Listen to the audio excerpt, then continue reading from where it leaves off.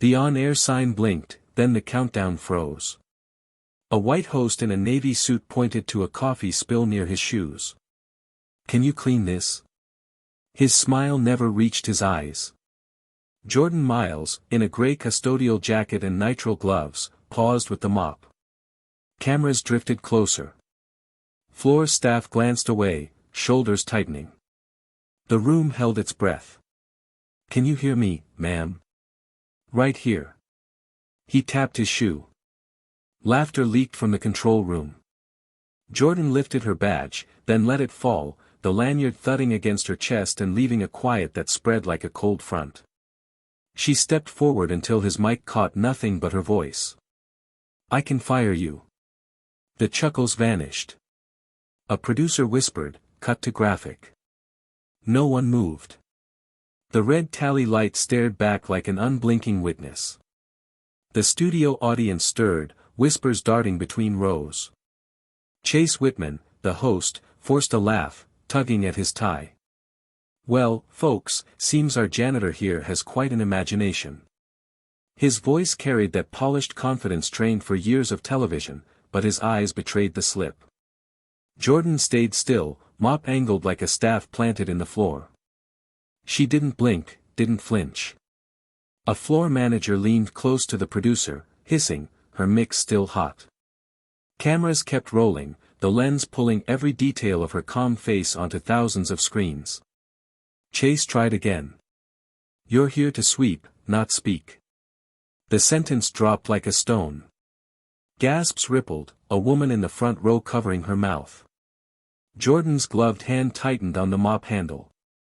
A memory flickered, boardrooms with leather chairs, contracts signed under her initials. She had been invisible long enough. "I said cut."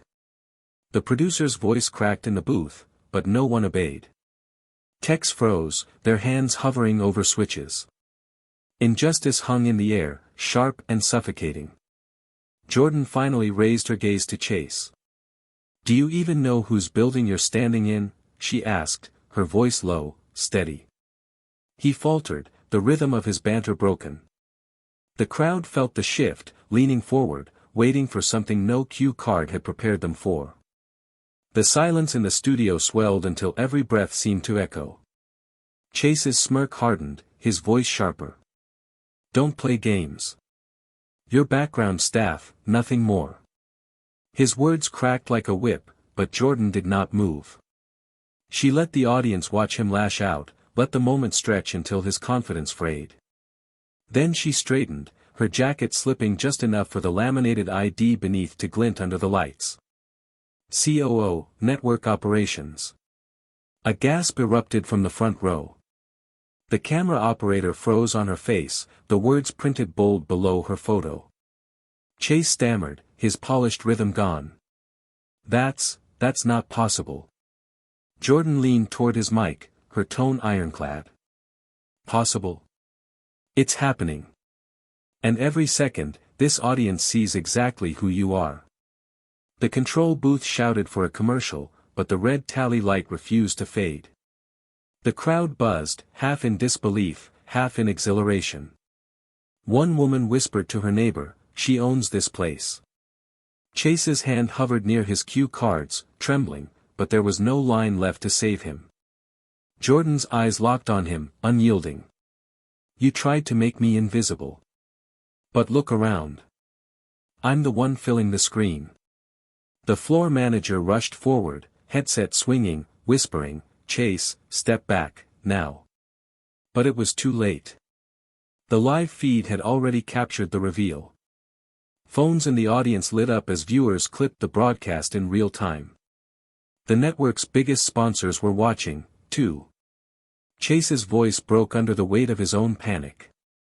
"You don't have the authority." His protest shattered when Andre Maxwell, head of security, stepped into the aisle. His badge gleamed as he spoke loud enough for the cameras. "She has every authority. More than you ever will." The crowd erupted in cheers and gasps. Chase stumbled, trying to gather his papers, but Jordan didn't need to raise her voice. She simply set the mop aside, the gesture deliberate, final. You thought I was here to clean your mess. Turns out, I'm here to clean this company. The tension snapped, the host's smirk gone, replaced by the wide-eyed look of a man realizing the walls had closed in. For the first time, Chase wasn't in control. The broadcast never cut. The audience leaned forward, phones recording every angle, as Jordan stepped into the host's spotlight. Her voice carried steady, not loud, but with a weight that pressed into every seat. For years, people like you treated people like me as furniture. As if we only existed to make your floor shine, your image brighter. The words landed like hammers. Chase tried to speak, but no sound came. His silence was louder than any denial. Jordan continued. But strength isn't measured by who holds the mic. It's measured by who owns the truth. And the truth is, this show, this network, this building, belongs to us. The crowd erupted, some cheering, some in stunned tears.